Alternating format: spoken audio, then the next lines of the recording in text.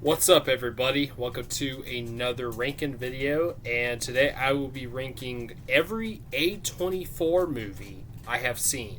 Yes, A24 is a great movie company that is still going on today, still making great films. They're a independent film company, but whose films have gone into the mainstream, much like Miramax in the 90s was like that too. So this is kind of like the new Miramax, if you will, just without Harvey Weinstein, thank God. But yeah, some great films from A24, and I'm here to rank every single one I have seen. Now I have only seen 17 A24 films. So if your favorite A24 film isn't on the list, I apologize. There's still a lot that I need to see. There's still a lot I want to see. I just haven't yet. But I'm here today to rank every single one I have seen. So, and of course, keep in mind, these are my personal opinions. If your favorite is my least favorite, sorry. If my favorite is your least favorite, then too bad. So, yeah. Alright. So, here we go. Let's go ahead and get started, shall we? Okay. So, coming in at number 17 is Spring Breakers, my least favorite A24 film, directed by Harmony Korine, and I believe it was released in 2012. And it stars James Franco, Selena Gomez, Ashley Benson, what's her name? Vanessa Hudgens, and also Harmony Korine's wife, Rachel Korine. Yeah, this is one of the few Harmony Korine films I have seen, and this was actually the first one I've seen too. And I've only seen it once. It was a long time ago, and I didn't like it at all. I thought it was really boring. That's why it's my least favorite on this list. Really, only this and the next one, number 16, are the only ones I don't really like. The rest of them I do. But I don't know. I'm definitely going to have to give this a rewatch though, because I am working on a Harmony Korine ranking. So I will be rewatching this sometime soon. But yeah, just of what I remember, I just remember it being really boring and I just didn't like it. But I don't know, maybe it'll change on rewatch. But as of right now, it is my least favorite A24 film. So yeah, number 17, Spring Breakers. Okay, coming in at number 16 is one that people are going to hate me for because I have it so low on the list, and also because I don't like it. And even the next two movies, people are probably going to hate me for putting so low on the list. But I will say I do like the next two movies. I don't necessarily like this one. I like it, of course, better than Spring Breakers, but this is just another movie I will rewatch again someday. I've only seen it once and I didn't like it, but yeah, a lot of people love this movie, and that is Uncut Gems, released in 2019, starring Adam Sandler, and it was directed by the Safdie brothers. And I haven't seen Good Time, by the way, and I think isn't that an A24 film as well? Good Time? It probably is. I imagine it is. If Uncut Gems is, and it probably is too. But yeah, I haven't seen that one, so that won't be on this list. But yeah, I've only seen Uncut Gems once. I didn't really like it. The only thing I did like was Adam Sandler's performance, but even that's not even his best performance. That would be Punch Drunk Love. I think he's a lot better in that movie, but he was good in this movie. I just didn't really like the movie itself. I don't know. I just don't get the hype behind it. I don't know. But I'll give it another, again, like Spring Breakers, I'll give it another try someday. So, yeah. But for now, Uncut Gems is my number 16. Okay. So again, the rest of these movies I do like. Even this one, even though it is low on the list. And people are going to hate me because I can see this being in the top 5, top 3, even number 1 for a lot of people. I've only seen this once, and it was not that long ago. And I liked it, but I didn't love it. I just thought it was pretty cool. But that's, I don't know, about it. I'll rewatch it again someday. Maybe I'll change. But my number 15 is Everything Everywhere All at Once. Yes, the Best Picture winner of last year. Yeah. It's a good movie. It's a good movie. Don't get me wrong. I just didn't love it. I just didn't love this movie like everyone else did. I don't even think it should have won Best Picture. Well, my favorite of last year wasn't even nominated for Best Picture, and that's actually on this list, but we'll get to that much later. But I think that Banshees of Inisherin was nominated for Best Picture, so that should have won. Since my favorite wasn't on there, that should have won at least. But yeah, but it's a decent movie. I think most of the performances are really good in the movie. Specifically, Michelle Yeoh, what's her name, Stephanie Hsu, and the guy who plays the dad. I can't pronounce his name, but the guy who played Short Round from Temple of Doom and was also in The Goonies. They were all really good. Jamie Lee Curtis can go fuck herself though, because I didn't think she was very good in the movie, and she definitely didn't deserve that Oscar. That was terrible. If she didn't win the Oscar, then I wouldn't give a fuck. But yeah, she wasn't even that great in the movie, so yeah. Stephanie Hsu should have won. But no, good movie though. Good movie. I just didn't love it. Maybe I will. I don't know. I honestly think that actually, there is another movie on this list that was by the Daniels who directed this. There's another movie that they did that I honestly think is better than this, and we'll get to later. You probably already know what it is, but we'll get to later. That's also an A24 film. But yeah, Everything Everywhere All at Once. Good movie, just didn't love it. But yeah, that's why it's my number 15. Okay, my number 14 is another A24 Best Picture winner that I liked slightly better than this one. I didn't love this movie either, but I thought it was pretty good. I actually just recently watched this, well, maybe a few weeks ago for the first time, and it will be on my next video, which will be ranking every movie I watched for the first time in July. It will be on there. But that is Moonlight. Yeah, Moonlight, the Best Picture winner of 2016.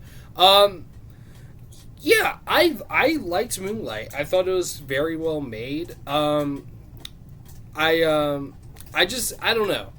I just didn't love every single thing about this movie, though. I thought the cinematography was great. I thought, who's that one actor in this movie that I really liked? Well, there was hold on. Who's all in this movie? Let me check real quick.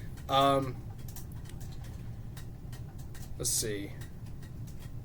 Okay, Janelle Monáe, she was good. Okay, Mahershala Ali. Mahershala Ali was really good in this movie.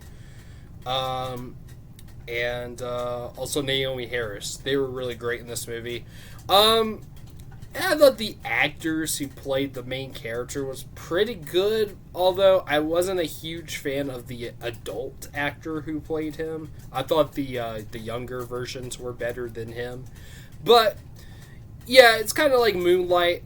Moonlight's kind of like Boyhood, except it wasn't filmed for a bunch of years, you know. They just chose 3 actors, one a kid, one a teenager, and one an adult to play this character, which is a cool idea. And yeah, I didn't love the third act though in the movie, but I thought the first act was really good, and I thought the second act was also pretty good as well. But third act I wasn't quite into, honestly. It was just kind of eh. But yeah, it's still a good movie though. Still a decent movie.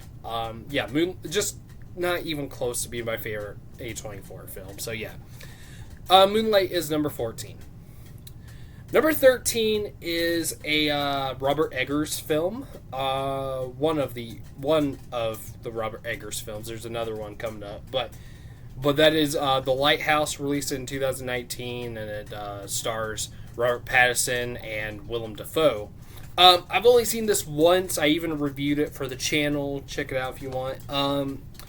And I liked it. I thought it was really good. I just need to rewatch it again. Maybe I'll like it better. But I thought it was pretty cool.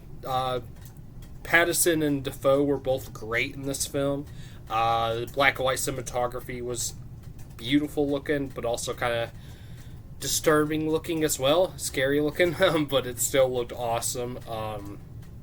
And yeah, it's a weird movie, of course, but I still liked it a lot, and I'm looking forward to rewatching it again someday. I just haven't yet. It's been like a few years now since I watched it, so I need to watch it again. But yeah, The Lighthouse, that is number 13.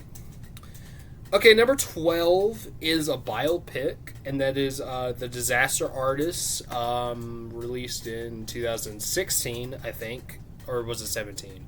No, I think it was 17, yeah.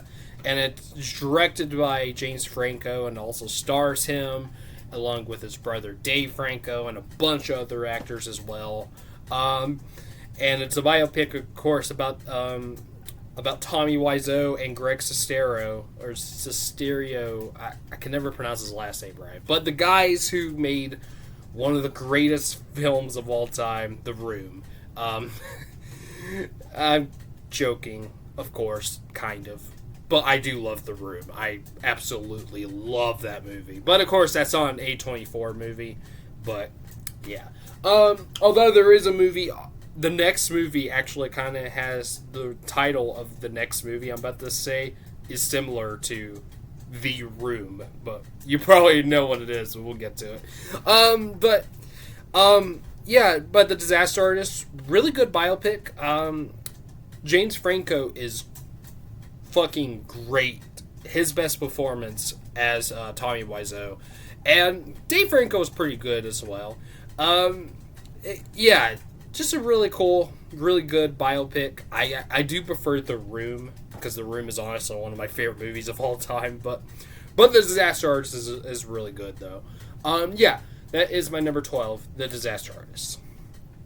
Alright, and now coming at number 11 is, speaking of The Room, here's Room, which is a completely different movie than The Room. Not... In my opinion, not as good as The Room, but I think most people will say it is better. But no, Room, this is a very depressing movie. It came out in 2015. It was directed by Lenny Abrahamson, the same guy who did Frank, which surprisingly isn't an A24 film. It kind of seems like it would be, but it's not. It stars Brie Larson and Jacob Tremblay, and also William H. Macy's even in it. Yeah, like I said, very depressing movie. I don't even really want to talk... Oh, shit. I don't really want to talk about what this movie is about. Mostly just... Well, it might spoil, but also I just don't want to talk about it because it's not really a pleasant thing to talk about. And this movie is definitely not for everybody. But I do think people should watch it at least once. I have seen it twice, and I actually really enjoy this movie. I actually do, even though, yes, it is a very sad and depressing movie, but I still like it a lot. I still think it's great. I think even Brie Larson won an Oscar for this movie, which probably deserves it, because she was great in this movie. Jacob Tremblay as well. Yeah, Room, that is number 11. Okay, coming in, now we're in the top 10. Coming in at number 10, we have The Witch, the other Robert Eggers movie on this list. Unfortunately, The Northman isn't on here, which is actually my favorite Robert Eggers film. But this is my second favorite. The Witch, also released in 2015, and it stars... Sorry, my back hurts. It also stars Anya Taylor-Joy, as well as, what's his name? Ralph Ensign? Yeah, Ralph Ensign and Kate Dickie. Really crazy and fucked up horror film. And this was Anya Taylor-Joy's first film, and she is amazing in this movie, as well as Ralph Ensign as well. Yeah, this is this is a really good movie. I need to rewatch it. I actually tried to rewatch it not that long ago, but I didn't. I only got like 10 minutes in. I think I was just... I was watching it late at night, and I just decided not to watch it. I guess I just wasn't in the mood or something. But yeah, I really... This is a really good movie. I really enjoy it. That is my number 10, The Witch. Okay, going in at number 9 is a movie that maybe a lot of people might not realize is an A24 film. It's an early A24 film, but that is Tusk. Directed, of course, by Kevin Smith, released in 2014, and it stars Justin Long and Michael Parks, Haley Joel Osment, and Genesis Rodriguez, and Johnny Depp as well. Yeah. Now this is a movie that you either love or hate. There's not like in between. Not like, oh, I like it a little bit, or it was all right, just not my cup of tea. No, you either love or hate this movie. And I love it, obviously, because it's kind of high on the list. Yeah, I think this is Kevin Smith's most underrated film and most underappreciated film. One of the most underappreciated films ever made, because people just don't... I don't know. I don't think they realize that this movie is supposed to be a comedy. I think they just take it seriously as just a horror film, when it's really just a horror comedy. And if you look at it that way, then this is a great film. So yeah, I love this movie, though. I love this movie. Justin Long is amazing in this movie, so is Michael Parks. The other actors, they're fine, but it's mostly just Justin Long and Michael Parks. It's mostly them that makes this movie, but yeah. Tusk, I love it. That is my number 9. Okay, I am going to pause this real quick and just take a little break because my back is killing me right now. So, be right back. Alright, I'm back. I had to move to a different area because my back was killing me, so I decided to just, move over here, and I'm leaning my back against this pillow to the wall here. So, yeah. I have the worst posture in the world, so, yeah. But, okay, let's go ahead and continue, shall we? We've got 8 more to talk about, so, alright. Coming in at number 8, we have Lady Bird, directed by Greta Gerwig, released in 2017. And it stars, of course, my wife, Saoirse Ronan. I always have to say my wife because I love her so much. But yeah, stars Saoirse Ronan along with Laurie Metcalf, Lucas Hedges, Timothy Chalamet, and Beanie Feldstein. Yeah, I love this movie. I reviewed it long ago on the channel. Check it out. Yeah, it's just a great coming of age movie, and it's also about a relationship, like not a teenage girl who has not the best relationship with her mother. And Saoirse Ronan and Laurie Metcalf have great chemistry in this movie. And this was, of course, the movie that made me fall in love with Saoirse Ronan. She is my number 1 celebrity crush.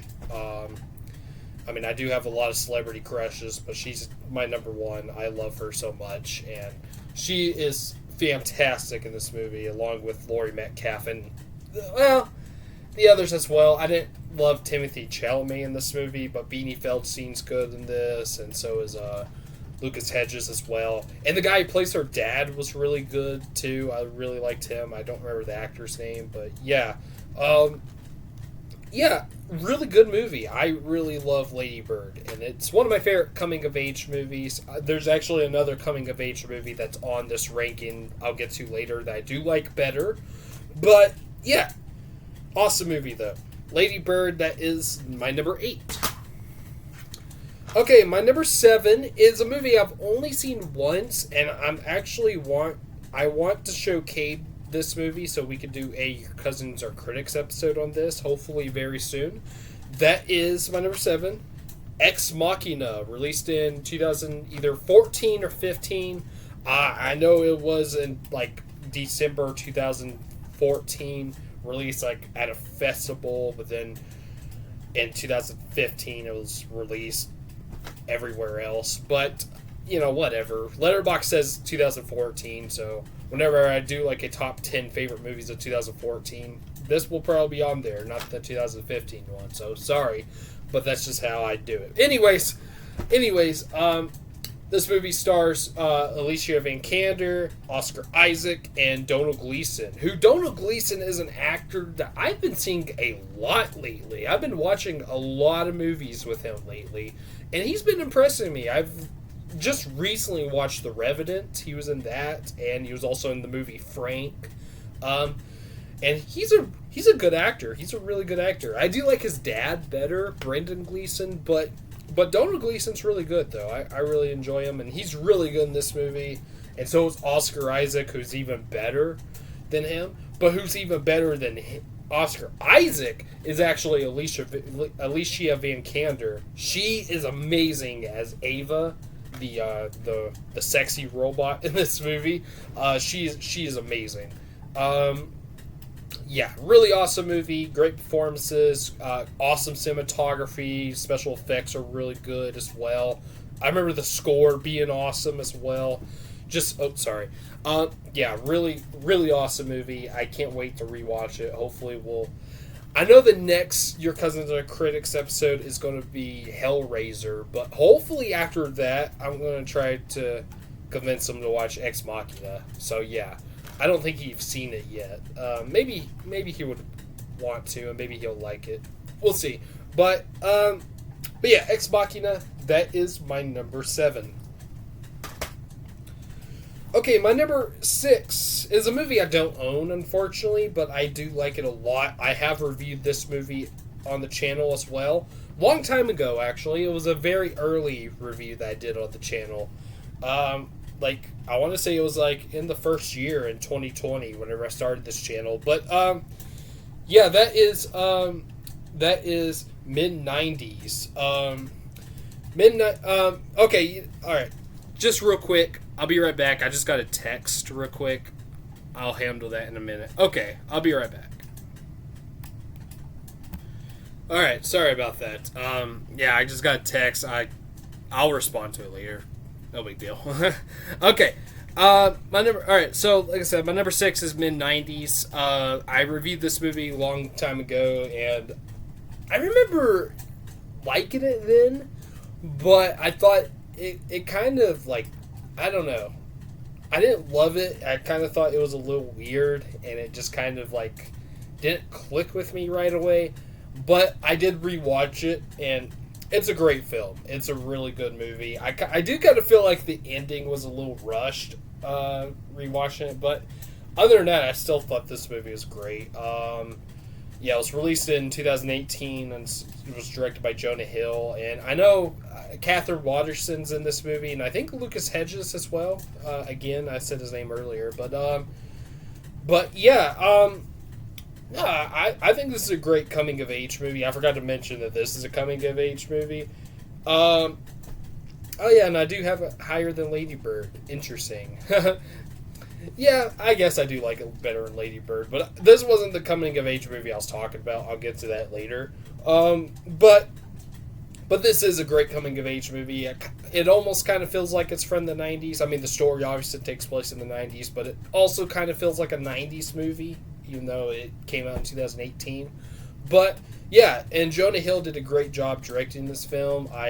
I'm looking forward to see what he's got planned next. Although I think I heard that he's doing an action movie with Connor Reeves, which, I don't know. We'll see how that goes. I'm kind of curious, but yeah. But yeah, no, really good, really great movie though. Really great movie. Highly recommend it. It's pretty underrated.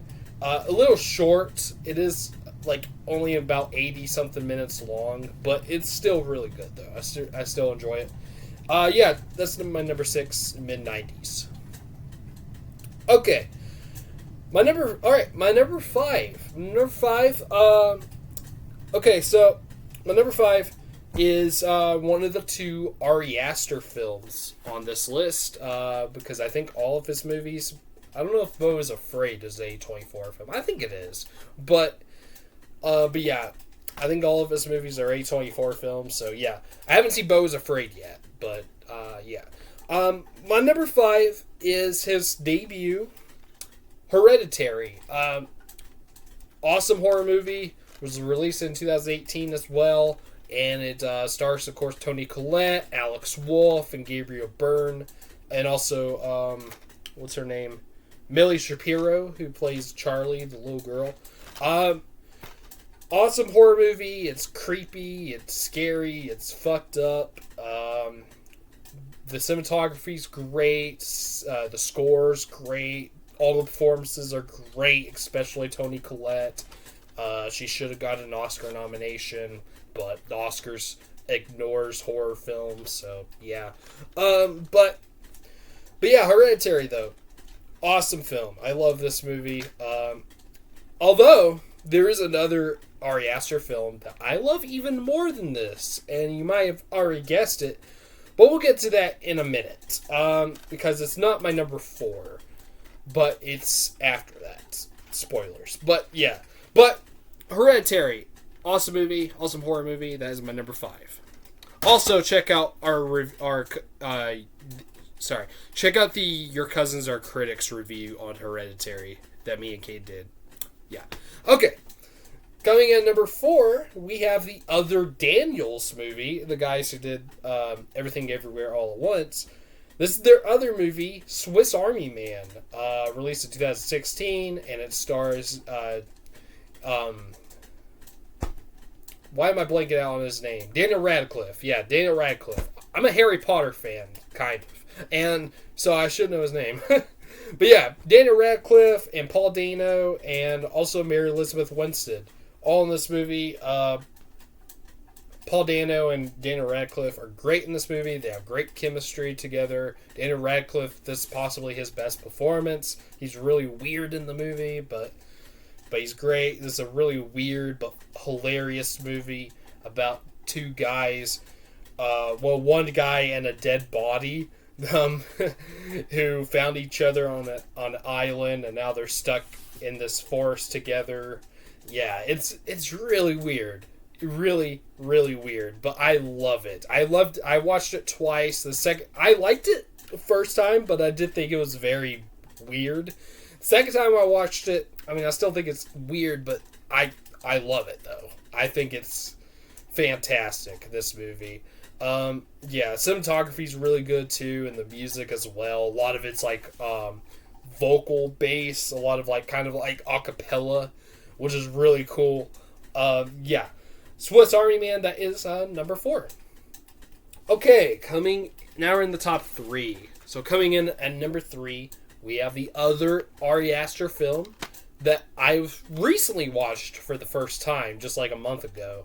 And yeah, I honestly love it even better than Hereditary. That's probably an unpopular opinion because I think a lot of people love Hereditary much better than this movie. But this one just, I don't know. This one, I just connected to this one somehow more than Hereditary. And that is Midsommar. Starring, of course, Florence Pugh and Will Poulter and Jack Rayner. Yeah, this movie is even more weird and fucked up than Hereditary.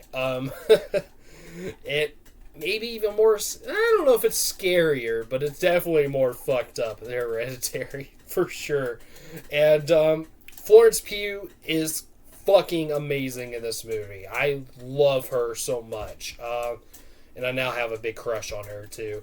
But yeah, she's awesome. Jack Rayner's good in the movie. Will Poulter's okay. Some of the other actors are pretty good. Yeah, this is just a very strange movie. Creepy, weird, kind of scary. Yeah, I love this movie. I love it. I love Midsommar. It's just, wow, amazing. And honestly, as of right now, my favorite movie of the year 2019. Yeah, it's great. Midsommar, that is my number 3. Okay, my number 2, I think you just saw the cover. Oops, my bad.